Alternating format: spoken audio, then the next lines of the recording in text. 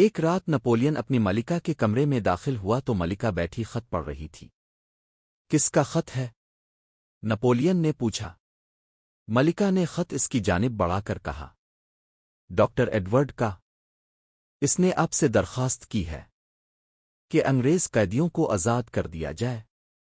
نپولین نے ہنکارا بھرا اور کچھ دیر سوچ کر کہا، ڈاکٹر ایڈورڈ نے دنیا پر بڑا احسان کیا ہے، اس کی بات ٹالی نہیں جا سکتی۔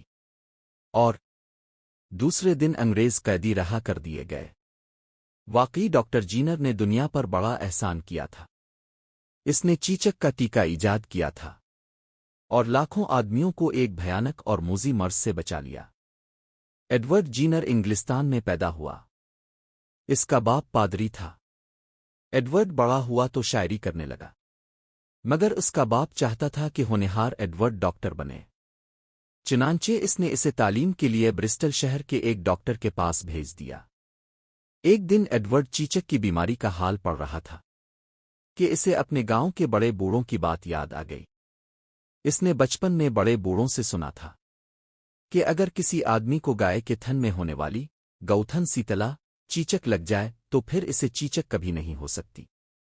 اس نے سوچا بزرگوں کی اس بات میں تھوڑی بہت سچائی تو ضرور ہوگی، لہذا اس کی کھوج لگانی چاہیے۔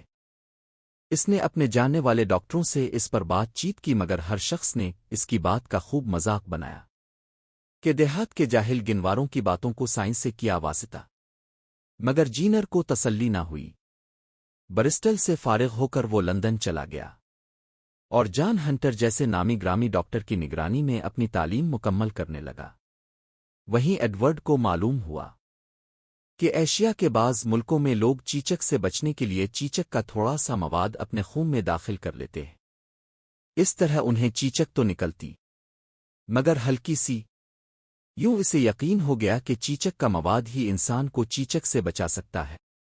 ایڈورڈ نے ڈاکٹری کا امتحان پاس کر لیا تو جان ہنٹر نے اسے مشورہ دیا کہ گاؤں واپس جا کر لوگوں کی خدمت کرے، وہیں مکتب کھولے اور فرصت کے اوقات میں چیچک پر تجربات بھی کرے۔ لندن میں تو گائے دیکھنے کو بھی نہ ملے گی، پھر تم اس کے تھن پر سیتلا کے جو دانے نکل آتے ہیں ان کی جانچ کیسے کر سکو گے؟ جینر ہنٹر کی بات سے قائل ہو کر گاؤں آ گیا۔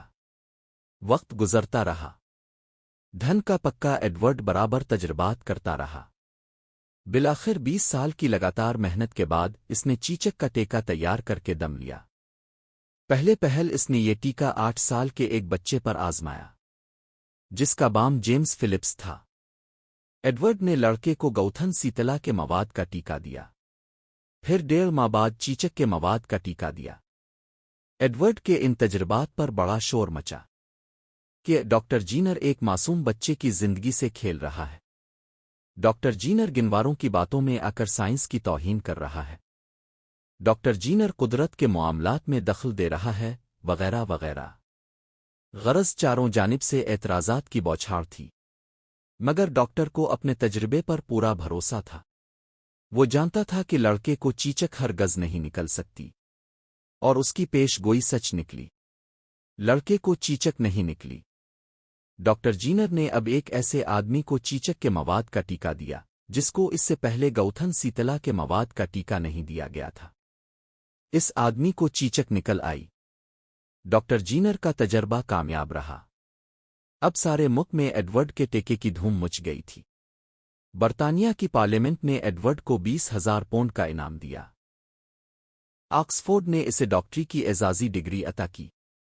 اس کی شہرت ملک سے باہر پہنچی تو روس کے بادشاہ نے اسے سونے کی انگوٹھی بھیجی۔ نپولین نے اسے تعریف کا خط لکھا اور امریکہ سے لوگ ایڈورڈ سے ملاقات کو آئے۔ ایڈورڈ نے اپنی ایجاد سے لاکھوں کروڑوں انسانوں کی جان بچا لی تھی۔ اس ایجاد سے پہلے 100 سال میں یورپ میں 6 کروڑ آدمی چیچک سے مرے تھے۔ اب یورپ میں ایک آدمی بھی چیچک سے نہیں مرتا۔ آج ایڈورڈ جینر کو دنیا سے رخصت ہوئے قریب 250 برس ہو چکے ہیں، لیکن ان کا نام رہتی دنیا تک روشن رہے گا۔